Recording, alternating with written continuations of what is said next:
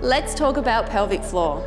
Many women really don't think about their pelvic floor before having a baby, and many women don't have a sense that something might be wrong until they experience symptoms of a weak pelvic floor.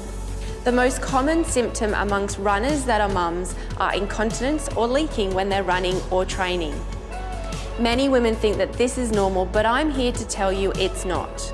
These symptoms may be common, but they are not normal, and you definitely shouldn't live with them for the rest of your life. We know that 85% of women will become mums, and 1 in 3 women that ever had a baby will wet themselves.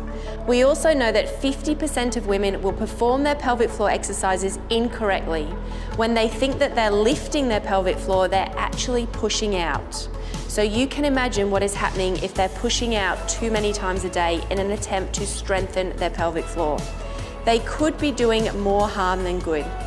I believe that every single woman that has ever had a baby should have a postnatal checkup with a women's health physiotherapist. They can tell you if you're doing your pelvic floor exercises correctly, and also if you have both strength and endurance.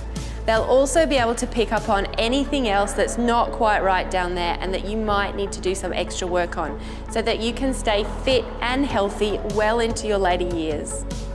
In my next video, I'm going to go through your basic guidelines of how to activate your pelvic floor muscles in general.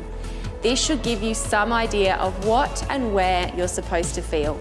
I encourage you to really listen to your body as you move through to ensure you're looking after yourself properly from the inside out.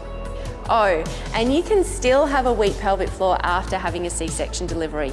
You have still had a baby bouncing up and down on your pelvic floor for 9 months.